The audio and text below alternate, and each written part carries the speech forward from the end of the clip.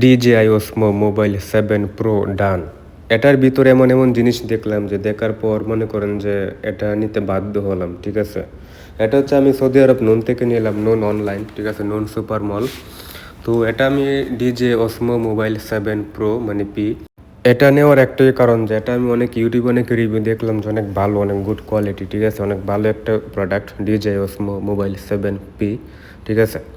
মানে এটার ভিতরে এমন এমন জিনিস আছে যে আপনারা ইউটিউবে সম্পূর্ণ ভিডিও দেখলে বুঝতে পারবেন যে এটা অটোমেটিক কাজ করে, ঠিক আছে। এটার ভিতরে মানে এমন যে মাল্টি ফাংশন একটা সেটিংস আছে, মানে এটার সাথে একটা ক্যামেরা লেন্স আছে, ঠিক আছে। ওই লেন্সের কারণে আপনাকে বেশি কোনো অ্যাপস ব্যবহার করতে হবে না, সরাসরি আপনার ফোনের ক্যামেরা কাজ করবে, ঠিক আছে।